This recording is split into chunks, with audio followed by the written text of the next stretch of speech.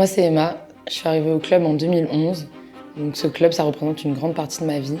Moi, c'est Margot. Ça fait 5 ans que je suis au club. J'ai eu la chance de porter le brassard de capitaine. Et si on est là aujourd'hui, c'est pour vous raconter ce qu'on vit réellement en dehors des terrains.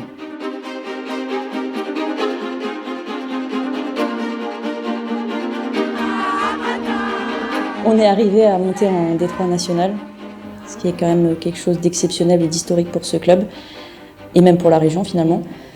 Jamais j'aurais cru qu'un jour, le SME allait avoir une équipe féminine en D3.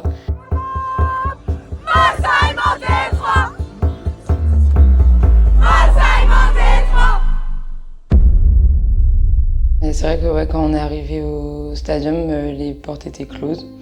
On a dû organiser nous-mêmes pour célébrer la victoire, quoi. Il y avait juste quelques élus, quelques bénévoles qui croient en nous depuis toujours et qui sont toujours là et nous montrent leur soutien. On s'est dit en fait, ce qu'on vient de faire, c'est historique pour le club, c'est historique pour la région. Et personne du comité n'est là en fait pour nous féliciter, quoi. Ils aiment beaucoup dire qu'ils sont fiers de nous, qu'ils sont fiers de la section féminine, fiers de l'équipe des trois. Mais au final, dans les faits, ils n'étaient pas là le soir où on est monté. Et en fait, on a appris 2 semaines avant le début du championnat que le comité avait refusé qu'on ait les noms sur les maillots pour une question d'équité par rapport aux garçons. Ça ne coûtait rien au club, c'était l'équipementier qui avait décidé de nous l'offrir. On a dû se battre, mais au final, on a réussi à avoir gain de cause.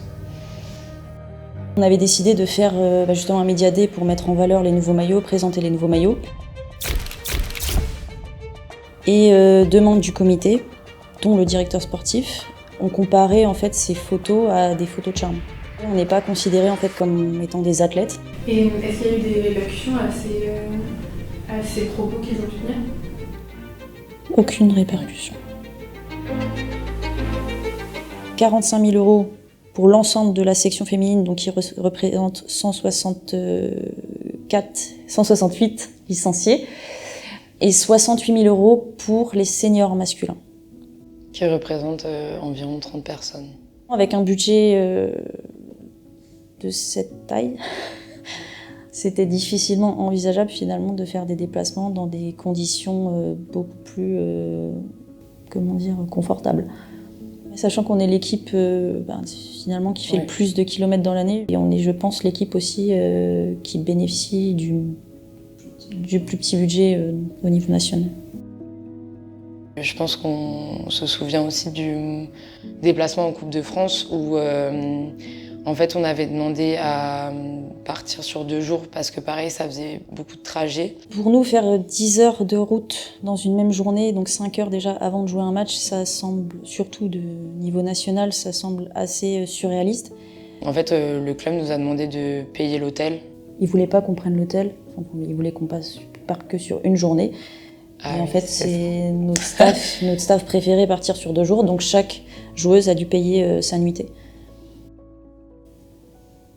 Ça a été un peu le coup de grâce, en fait, le fait de remercier l'ensemble du staff, et pas seulement les virer en fait, du staff de la D3, mais complètement du club. En fait, ils n'ont plus le droit du tout de faire une licence au club la saison prochaine.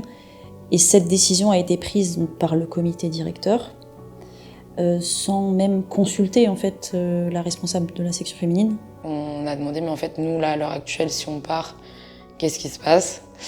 Et là, ils nous ont répondu que c'était notre choix. Et c'est vrai que toute l'assemblée a été vraiment choquée, stupéfaite de la réponse.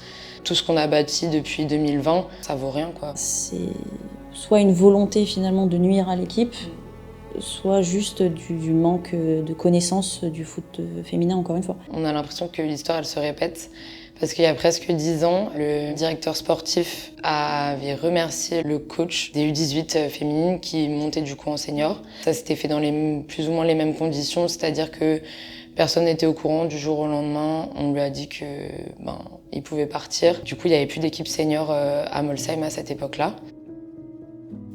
Même pour aller plus loin, en fait, il y avait un autre membre du comité, donc Julien Fourmy, qui fait partie de notre staff, qui a été remercié évincé, je ne sais pas les termes, du comité directeur. Il aurait dit qu'au sein du comité directeur, il y avait des personnes misogynes. Donc du coup, une personne a dénoncé les propos misogynes qui sont tenus, elle a été remerciée. Oui. Des propos qui normalement ne devraient pas être tolérés au sein du club. C'est ça. C'est fatigant en fait de devoir se battre tout le temps pour des choses qui devraient être normales et être juste un dû. On a envie de continuer à se battre. Déjà pour nous, en fait, nous en tant que joueuses de l'équipe D3, de l'équipe R2, mais aussi en fait en pensant aux plus jeunes pour qu'elles puissent après, plus tard évoluer et connaître ce que nous on a connu.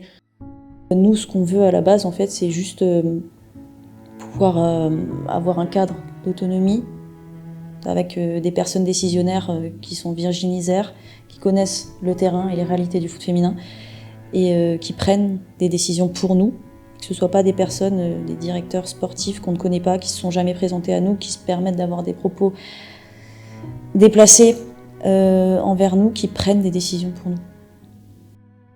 On n'a pas envie de partir en fait.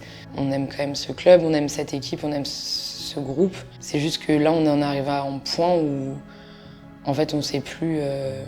On a peur pour l'avenir. Ouais, c'est ça. On n'est pas sereine par rapport à l'avenir, quoi. On est des femmes, on a le droit de jouer au foot. On n'est pas toujours obligé de nous justifier, de nous excuser de faire du foot féminin.